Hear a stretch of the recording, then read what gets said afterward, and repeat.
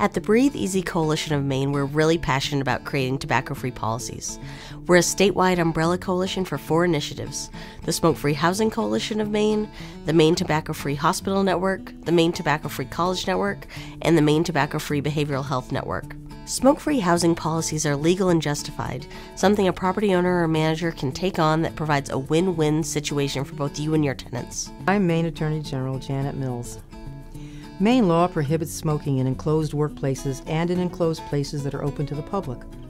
Organizations can adopt policies that go beyond Maine law to restrict all tobacco products, including electronic cigarettes, on all or part of their property. Nothing prevents a property owner or manager from adopting rules that limit or even prohibit smoking. It is legal for landlords and property managers to adopt smoke-free housing policies to protect residents from secondhand smoke, to reduce property damage, and to reduce fire danger. Maine law requires property owners and managers to notify residents in writing of their smoking policy before entering into a lease agreement. Free housing is important to me because I'm not a smoker, neither is my partner or his daughter, so we find it important to live in smoke-free housing for our own health. We know that secondhand smoke is an enormous problem. It's a Class A carcinogen to have any products from cigarettes around. And I think folks that especially are in low-income housing or affordable housing are perhaps a little more trapped in those scenarios. Perhaps they have less option to move. Smoking in your unit can affect everyone around you, particularly if you're in a building that has adjoining units, townhouse style, or if you're stacked one on top of each other. That smoke is going to wave through the units. It's going to go through electrical outlets, light fixtures, fans. It's going to make its way into common areas and other units. In some buildings you can smell what people are cooking for dinner, so I wouldn't assume that the same building could stop smoke from traveling from unit to unit.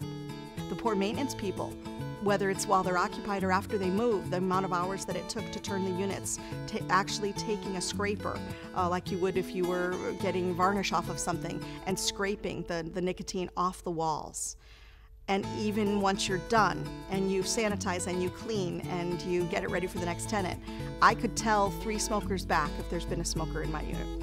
I can absolutely still tell. We as a company have found that the rental properties that we own are much easier to rent, given the fact that they're smoke-free. People are looking for housing that they're not being affected by their neighbor, whether it be noise, whether it be odor, whether it be smoke. Absolutely. And some people come and move in our buildings and move in and are so excited to start fresh and decide to quit as they move in to have a smoke-free apartment. So the enforcement of a smoke-free property in the rental market has actually not been as difficult as we had anticipated. It's in their lease, it's a violation of their lease. We notify them, we give them their warning, and 99% of the time they've stopped. I believe it can initially be a little bit of a challenge, but no, I would not call it difficult. I think, frankly, it's the right thing to do. It's like rolling out any other kind of policy.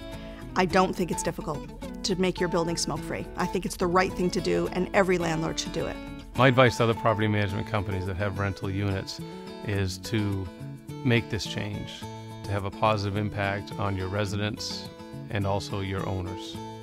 I think that it makes the unit more desirable for tenants to rent. I think that more people are looking for smoke-free housing than those who are looking to smoke inside.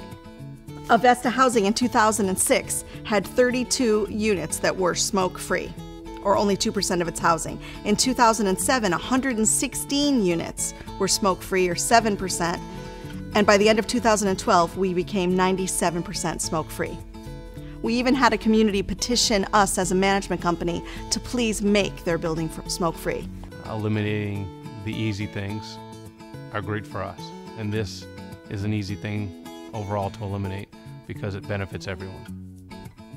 For landlords, we have information on how to educate your tenants, the case for smoke-free housing, sample smoke-free policy language, disclosure forms, and enforcement guidelines, as well as free signage and promotional items.